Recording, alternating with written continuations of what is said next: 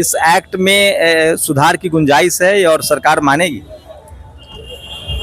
जरूर तो मेरा अंदाज में नहीं मानने वाला है। मनोवादी कैरेक्टर का लोग है वो। आपस में जब फॉरेन कंट्री जाता है बुद्ध का नाम लेता है, उन लोगों को नहीं पता है उसके लिए बुद्ध धरती से आया हूँ ऐसा बहुत रेस्पेक्ट मिलता है। वो आरएसएस का एजेंडा क्या है उसको प्रैक्टिस करता है।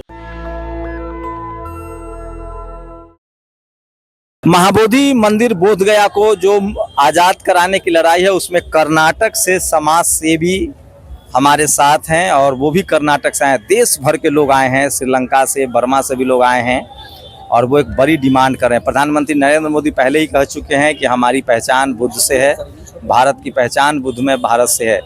सर क्या कहेंगे, इस एक्ट में सुधार की गुंजाइश है और सरकार मानेगी?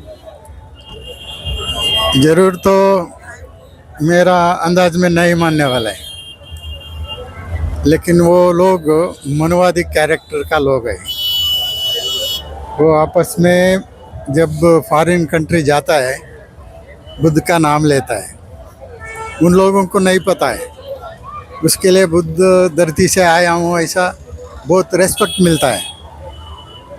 तुरंत उधर से आने के बाद वो आरएसएस का एजेंडा क्या है उसको प्रैक्टिस करता है। लेकिन नरेंद्र मोदी कह रहे हैं कि मैं बड़नगर में पैदा हुआ हूँ, वहाँ सबसे बड़ा बुद्ध विहार मिला है, जैसे विक्रमशिला नालंदा है।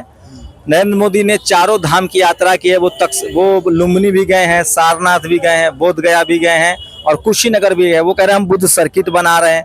तो उनकी बातों से लगता है, उन्होंने अभी बुद्धिस्ट इंटरनेशनल सेमिनार कराया अशोका होटल में, उनकी बातों से लगता है वो बात उसका नहीं। कम से कम 25 साल पहले कांची राम जी का सोच था। वो लखनऊ का एक प्रोग्राम में जब मायावती मुख्यमंत्री था उस टाइम किधर किधर इंडिया में बुद्धिस्ट प्लेसेस है, इसको इंटरनेशनल लिंक करने के लिए वो सोच था। उसी बात का वो कॉपी कर रहा है, इतने उसका मन का बात नहीं। तो आपके कर्नाटक में तो अभी देखिए अहिस्मा को अरेस्ट कर लिया गया, वो अम्बेडकराइट हैं, बुद्धिस्ट हैं, तो वहाँ भी सरकार काफ़ी दबाव बना रही है बुद्धिस्टों पर। नहीं, उधर तो दबाव नहीं कर रहे हैं, लेकिन हम लोग जो छोटा छोटा ऑर्गेनाइजेशन बना के हम खुद डिवाइड हो गए, वो वीकनेस को एनकैश कर रहा है। लेकिन आजकल ये 1 साल से हम इकट्ठा हो रहा है। कल भी एक मीटिंग था, कल वो मीटिंग फिनिश करके हम आ रहा है। जो कार्यक्रम इधर हुआ हाँ, हम भी डिस्कस किया। शॉर्टली 3 महीने के अंदर बेंगलोर में बहुत बड़ा रैली, बहुत डिसिप्लिन से कराने वाला है। अगर आप इस देश के मूल निवासी हैं तो अपने जड़ों की तरफ जब आप लौटेंगे, राजेंद्र प्रसाद सिंह को जब आप पढ़ेंगे तो पता चलेगा कि आप ही इस देश के मालिक थे। आप सम्राट अशोक के वंशज थे, मौर्य वंशज थे, आप ही नागवंशी थे, आप ही पाल वंश के वंशज थे, आप ही ने इस देश को बनाया था, आप ही खतीय थे।